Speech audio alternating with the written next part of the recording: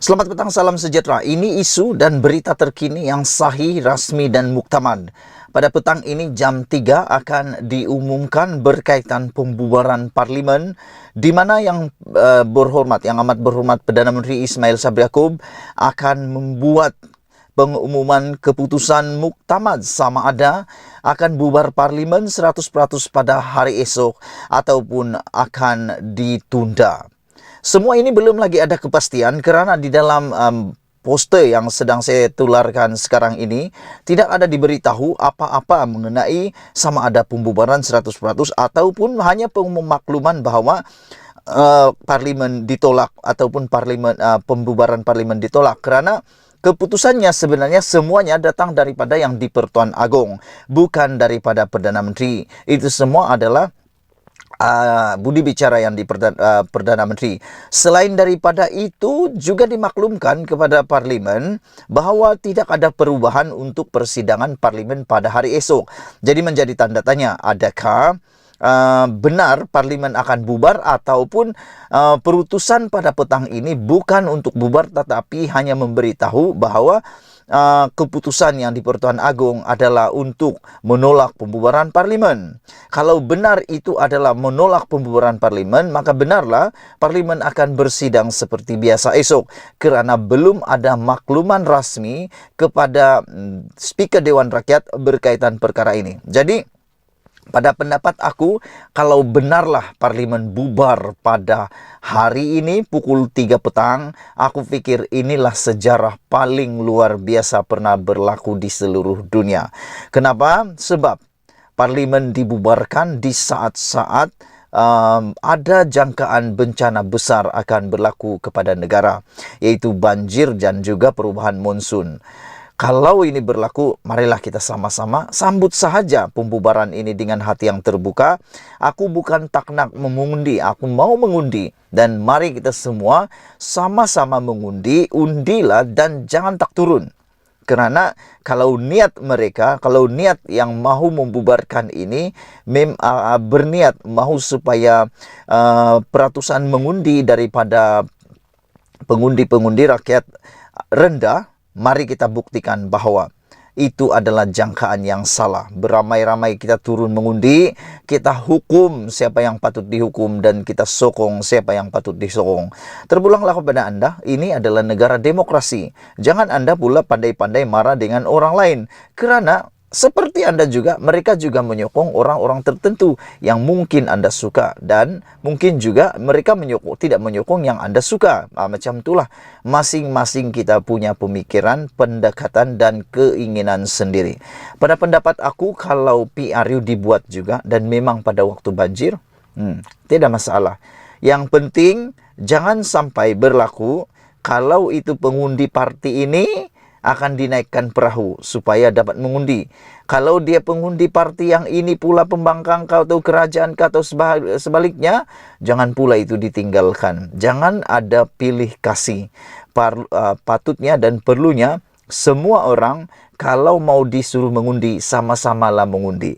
Jadi saudara-saudara, sudah hampir terjawab. Kita tunggu tinggal beberapa menit dan jam sahaja lagi.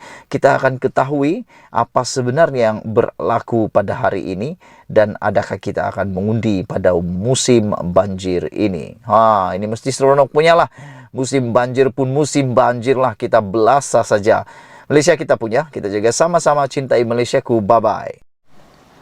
Dilaporkan juga dengan begitu kencangnya hari ini PRU 15 akan diadakan. Atau pembubaran parlimen akan diadakan hari ini. Dan dalam diam-diam Ismail Sabri Yaakob telah mendapat perkenan yang di Pertuan Agong kata laporan. Ismail Sabri Yaakob telah berjumpa yang di Pertuan Agong tanpa disedari oleh media pada hari kemarin. Yang di Pertuan Agong dikatakan menurut sumber NST, mereka ataupun Ismail Sabri Yaakob telah pun menghadap yang di Pertuan Agong kemarin tanpa disedari oleh media kerana media sibuk di dalam sambutan Maulidi Rasul peringkat kebangsaan dan tidak ada ura-ura tiba-tiba pula menurut sumber Ismail Sabri telah mendapat perkenan untuk menghadap Yang di-Pertuan Agong sebelum Yang di-Pertuan Agong membuat lawatan ke United Kingdom. Saudara-saudara, sekiranya PRU 15 memang diadakan pada waktu ini dan pembubaran dijangka dan seawal-awalnya berlaku pada hari ini, apa yang akan berlaku ialah bajet 2023 yang telah dibentangkan baru-baru ini bolehlah dianggap sebagai burn. Sudah hilang dan tidak bermakna lagi ataupun boleh kata batal. Kerana ianya akan sia-sia jika Parlimen bubar pada hari ini. Bajet 2023 yang dibentangkan pada Jumaat akan menjadi sia-sia ataupun burn, boleh istilahkan burn, kerana ianya perlu dibentangkan sekali lagi. Jadi makna kata kalau dibentangkan sekali lagi, boleh dalam bentuk yang baru, ubah suai ataupun langsung tak boleh diterima lagi yang telah dibentangkan itu. Jika Parlimen dibubarkan dalam masa terdekat atau hari ini, maka bajet 2023 adalah menjadi sia-sia seperti mana yang diperkatakan banyak sepanjang hari ini. Bagaimanapun pengerusi Perikatan Nasional PN Tan Sri Muhyiddin Yassin berkata, akan membentangkan belanjawan lebih baik jika rakyat memilih gabungan itu pada pilihan raya umum akan datang. Aku fikir teknik membentangkan bajet sebelum pilihan raya umum adalah satu tindakan yang kurang bijak. Kerana ia telah memperlihatkan kelemahan dalam bajet yang dibentangkan oleh UMNO melalui Perdana Menterinya. Maknanya, ada ruang untuk parti-parti lain seperti Perikatan Nasional dan Pakatan Harapan untuk membentangkan bajet mereka yang mungkin akan jauh lebih baik daripada bajet yang telah dibentangkan pada hari Jumaat yang lalu.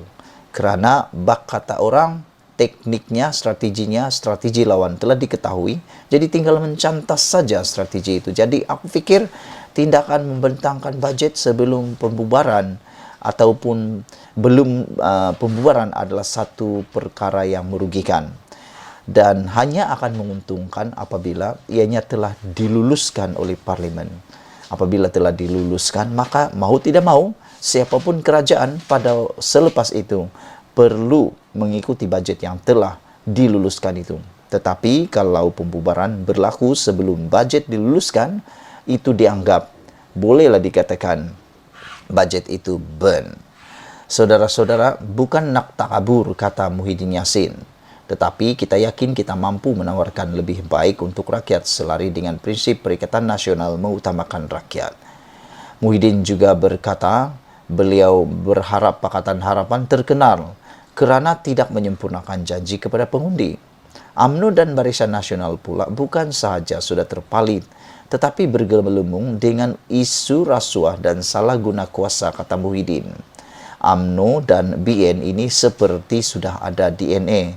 Jika kita pilih, ada tersam dan budaya lama akan balik semula. Rasuah tidak boleh selesai. Salah guna kuasa terus berleluasa, kata Muhyiddin lagi melalui sumber satu berita. Itu dia pendedahan yang luar biasa daripada Muhyiddin Yassin apabila beliau berkata bajet 2023 akan jadi sia-sia jika Parlimen bubar hari ini. Selain itu, yang menarik juga apabila Muhyiddin mengulas bahawa rakyat perlu memilih Perikatan Nasional kerana ia merupakan pilihan terbaik pada masa ini. Pakatan Harapan terkenal kerana tidak menyempurnakan janji, kata Muhyiddin Yassin. Manakala, kata Muhyiddin pula, UMNO dan Barisan Nasional pula bukan sahaja sudah terpalit tetapi bergelumung dengan isu rasuah dan salah guna kuasa. Beliau berkata UMNO dan BN ini seperti sudah ada DNA. Jika kita pilih, ada tersam dan budaya lama akan balik semula. Rasuah tidak boleh salah, selesai, dan salah guna kuasa terus berleluasa. Sila tinggalkan komen anda tentang isu pada kali ini dan ikuti terus channel ini.